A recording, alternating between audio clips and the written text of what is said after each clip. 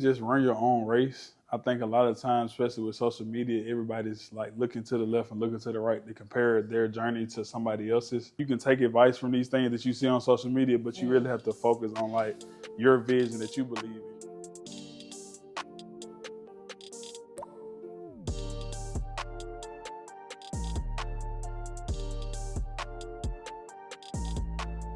Hello, welcome back to another episode of The Evolution of an Outfit. I'm your host, Kimberly Obialo, and today I have a special guest. It's good, y'all. My name is Kemp, owner of two e-commerce stores. One of them is named Stoqpile, one of them name is Aqlimate. So it's good to be here. And we're back at Clutch Vintage, which is a vintage, streetwear, and reselling store. Y'all know I like it here, and I'm already seeing things that I like. Are you ready? I'm ready. Let's go. Okay, so starting off with the t-shirts and the sweatshirts. Are you a t-shirt person or are you a sweatshirt person? I think it depends on the weather, of course. Of course, in the spring and summer, you go to more like t-shirts, and then in the winter and fall, you got more hoodies. But I'm both. I'm open to both. You're right. Definitely. You're right. And you're from Alabama. Yeah, I'm from Alabama. Birmingham, Alabama. Alabama. Y'all's accent is honestly crazy. It's not crazy. It's not like New York crazy. It's different. It's noticeable. It's like country. Noticeable. It's like people call us country. Yes. Honestly. We do have cities in Alabama. Y'all do? I thought it was No, but y'all's accent is definitely like a little bit more country than Texas accent. Yeah, it is. But y'all say y'all and stuff. Y'all like that. and certain words, it's just different. And you're 5 months in Dallas, right? 5 months in Dallas. So I moved here at the end of October. How do you like it? It's good so far. It's definitely it's a lot bigger and a lot faster than Birmingham. A lot more opportunities. I met a lot of people just in the 5 months that I've been here. So it's been good so far. Is it better than Alabama? It definitely is. Okay, I give it that. Diving right in, so you're the owner of Stoqpile. Y'all have been established for like 2 years? Yeah, so this will be actually the third year, 2024. Started at the end of December in 2021. So yeah. Okay. So what is it? Like the origin? I've been selling shoes, like reselling shoes since I was like 16. I used to sell shoes. Like I used to have a job working at the movie theater, so I used to sell popcorn buckets to buy a pair of shoes, and then I would get one pair of shoes and flip it into another pair of shoes. So that's kind of how it started. But all the way up, of course, going to school, going to college and things like that, ended up starting a business in 2021.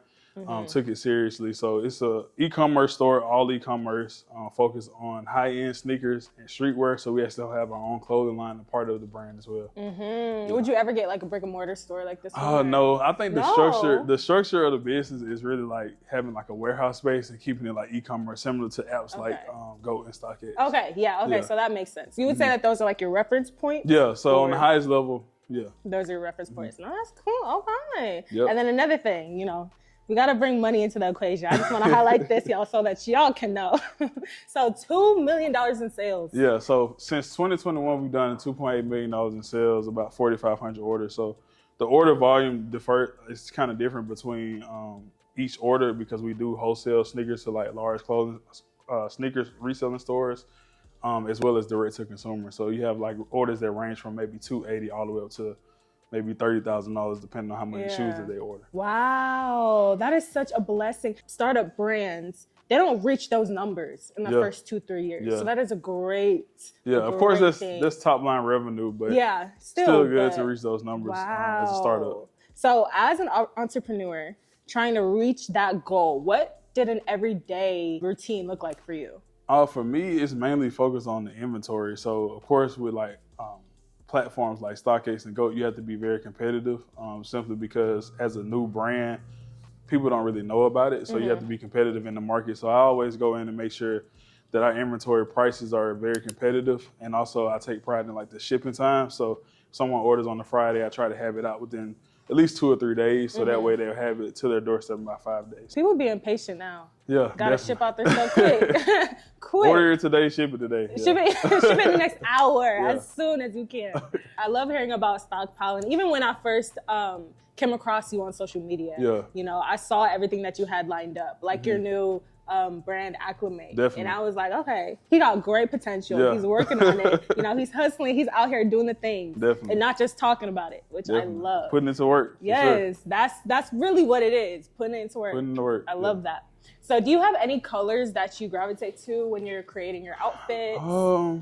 I think for me, I'm more like a simple outfit. Like my fashion is like really simple, minimal. So I like to do like a lot of neutral terms. Like you think about like navies and like light sands and brown and black, things like that. So, and white, of course. But I try to keep it minimal when it comes to like my personal fashion. Okay, so it's occasional that you would wear like a bright color. Yeah, like a bright color. Like wearing even orange. In the summertime? I mean, yeah. For me, it's like you would rather see me in like bright colors. But if I do, it'd be like a vacation or something like that. Something like that makes sense. That makes a lot of sense. Were they wearing bright colors in Alabama?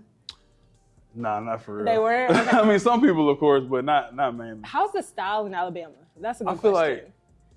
like, see, I don't want to talk down on my city. Look, first and foremost, I'm not talking down on my city, but I feel like in Alabama, it's like the style is to dress like the mannequin. Like whatever the mannequin is in the store, give me that whole outfit and I'm gonna put that on. So it's like, it's not just individualized at all. It's like people kind of like cut and paste. The people who are more fashion forward don't really fit in. They kind of stand out. Which is not a bad thing to stand out when it comes to fashion, but it's not really individualized, I guess you could say. Interesting. So is there like a lot of cowboy boots? Or? No. I think it's like mainly focused on like the streetwear stuff. Like I would say hoodies and graphic tees and of course like the flared jeans, the flared denim, the Jordans. Jordans are like really big where I'm from. So of course, see. Birmingham. The Jordans. That's like a UK accent. I did the wrong accent. Aqlimate is more focused on luxury clothing. So Stoqpile, the clothing that we did drop was like t-shirts and hoodies and more on the streetwear side. So Aqlimate is going to be more on the luxury side. So the primary focus of that is going to be like knitwear. So you think about polos, very high quality materials being used on the clothing. But it's definitely an idea I'm super excited about because it kind of describes my fashion sense because I can go from like a corporate meeting to a streetwear event and kind of know how to piece things together and be able to blend in between all those. And I feel like there's not really a clothing brand out here that focuses on all of those at one time. So and Aqlimate, that's the name for that. The name. So y'all did a good job bringing that up. And I'm sure that you have like a team and working with an agency from Birmingham to actually bringing together like the brand identity, the logos and everything. So that once we drop the logos and all of that, it'll all make sense. Yeah, it's always a great thing. Sorry, I cannot talk today. It's always a great thing to have people behind you that you can trust and that are as creative as you are. Yeah, I had to learn that though. I feel like at the beginning I wanted to do everything like by myself and like be very detailed. But over time, as you scale the business, you have to build a team. For sure. And that's even something that I'm learning right now because I'm such a perfectionist, I like to edit my own videos. It has to be my exact Nobody vision. can do it better than you, but sometimes they can.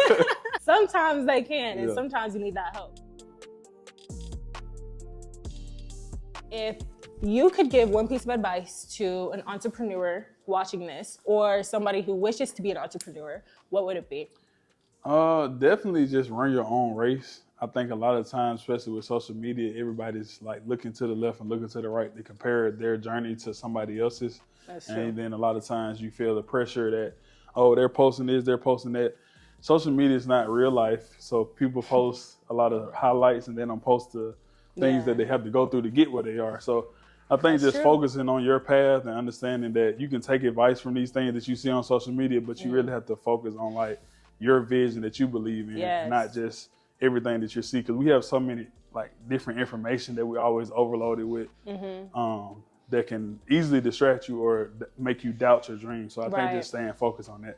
Yeah, and it's almost like just taking what you see on social media and being inspired by that instead of comparing yourself. Exactly. Yes. And taking pieces of it. Yeah, for sure. I feel like comparison is so dangerous. It really is. Like even the split second that I even find myself like, this person is da-da-da-da, like I have to stop. Because you can do it. You can do it subconsciously. Yeah. And don't even realize it. Like you could be looking at somebody and then it's like, you're like, I could have been doing this and this and this. But dang, I'm this age and I should have been. Exactly. Yeah. No, you're right. That's a good piece of advice. For sure. Definitely. And also like staying positive, working hard, the usual stuff, staying consistent. Yeah, you got to stay consistent. I think a lot of people like lose hope in the beginning if it doesn't go their way. But a lot of people, one thing I can say as entrepreneurs, don't quit your job until the business can supply you. So I guess you can supply the business and yourself. So basically I'm saying, if you have a 9 to 5, just keep working that.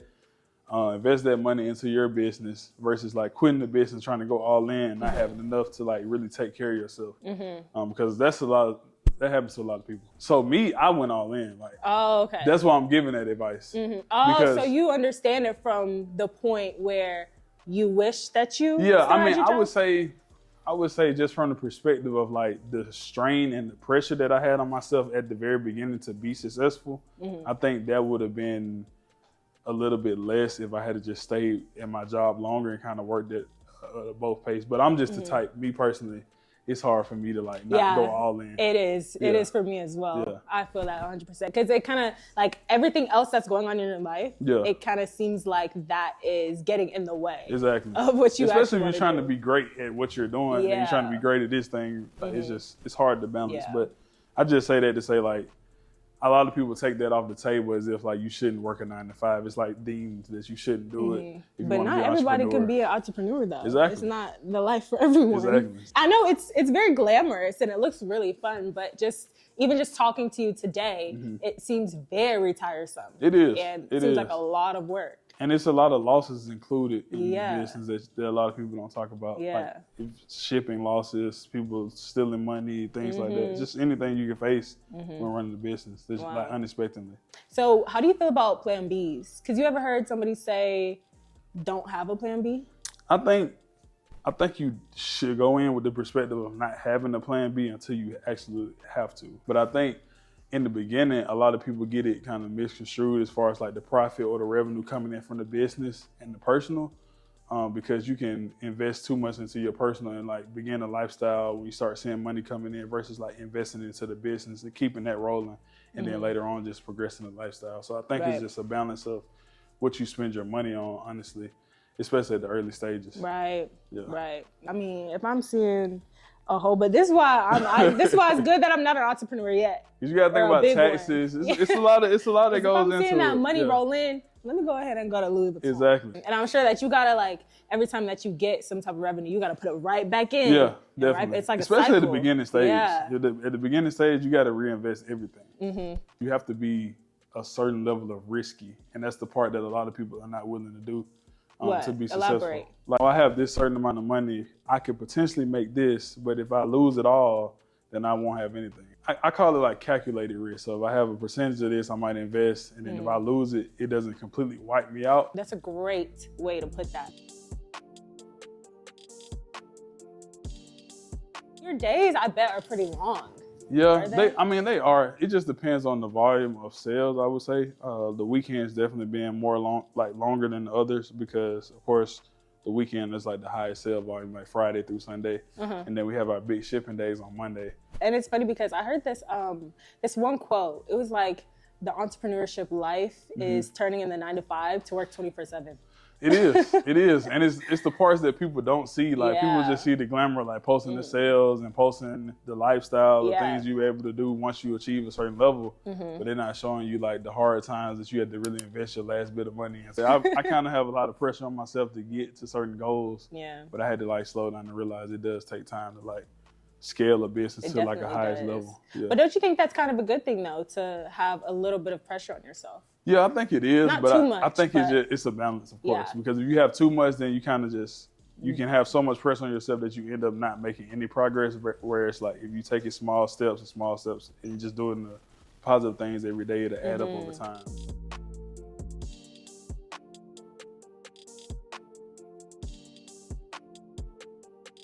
Another question popped up in my head about Stoqpile. How did you scale in your 2 years?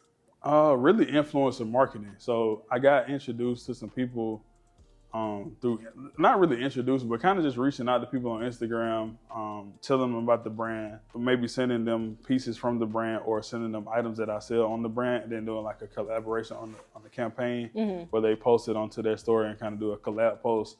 And then all that traffic comes onto our page, and then that leads to the website. Because with e-commerce sales, it's all about traffic. Yeah. Building the traffic to the social media, and then from the social media to the website. So that's what I did mainly, is just focus on like people who have a big audience, getting them to post about the brand, their experience with the brand, working with the brand, the things we offer, and then taking their audience and converting it into sales.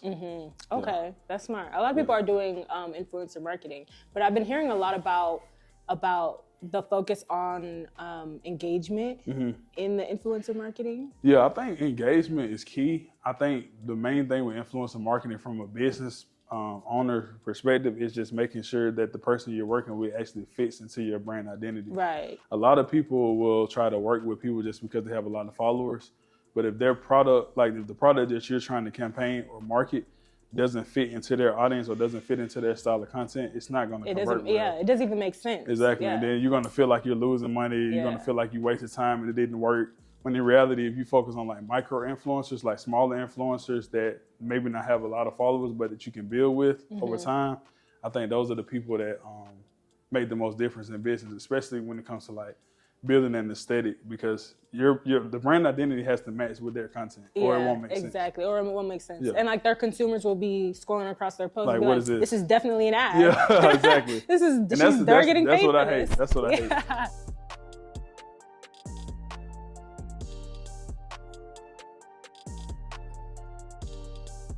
I wanted to touch on Aqlimate just a little bit more. Like, what's coming up? So Aqlimate, so we're actually dropping in the spring. So I don't have an official launch date yet. So it'll be either late April or beginning of May. So we're actually in production on the clothes right now. But the main thing with Aqlimate is just focusing on how we present the brand. Because I think once you see a lot of brands, they present the brand on like I wouldn't say a lower scale, but you see like the TikTok brands where they post the quick little reels. Like we want to make sure that the content that we post associated with the brand is like very high end. So that way when we post the quality of the clothes, it all makes sense. And the storyline, it's all going to add up because the storyline is really about me and my journey, especially when it comes to fashion. And just me moving out here in this phase of life and transitioning. So Aqlimate's a big deal. That's great. I could see like the pathway. You know, I could see the potential, and I'm very excited. So, can I expect like brand events, brand dinners? We want to have a brand lunch party when the brand drops. So it's going to be very like limited pieces that we have available. We want to create an ecosystem here in Dallas first. And then kind of spread it out. That's great, over, doing the proximity. So we have influencers that like in LA and in New York, of course, like in Atlanta. But we want to kind of create an ecosystem here to build it out from Dallas. Right, and that's a great thing. I'm excited. I'm excited for Aqlimate. I'm gonna shop a little bit. Definitely. I'm gonna shop with them. On that note, I want to say thank you so much for watching another episode of The Evolution of an Outfit. Where can they find you? Find me on Instagram, Kemp, JAYKEMP TV. And then I'm actually about to drop my YouTube channel in a couple weeks. So it'll be the same thing. Plug in. Kemp TV. But I appreciate y'all for sure. It's been great. Honestly. I hope y'all have a great day, and I'll see y'all in the next episode. Bye. The fours are definitely not comfortable. No, really no Jordan. This one is like catching my eye. I think what is that, the Blossom? You got a Panda Dunk? Of course you probably have those. Yeah, I gave this to my sister right away. Are you a bright shoe person? Thank you.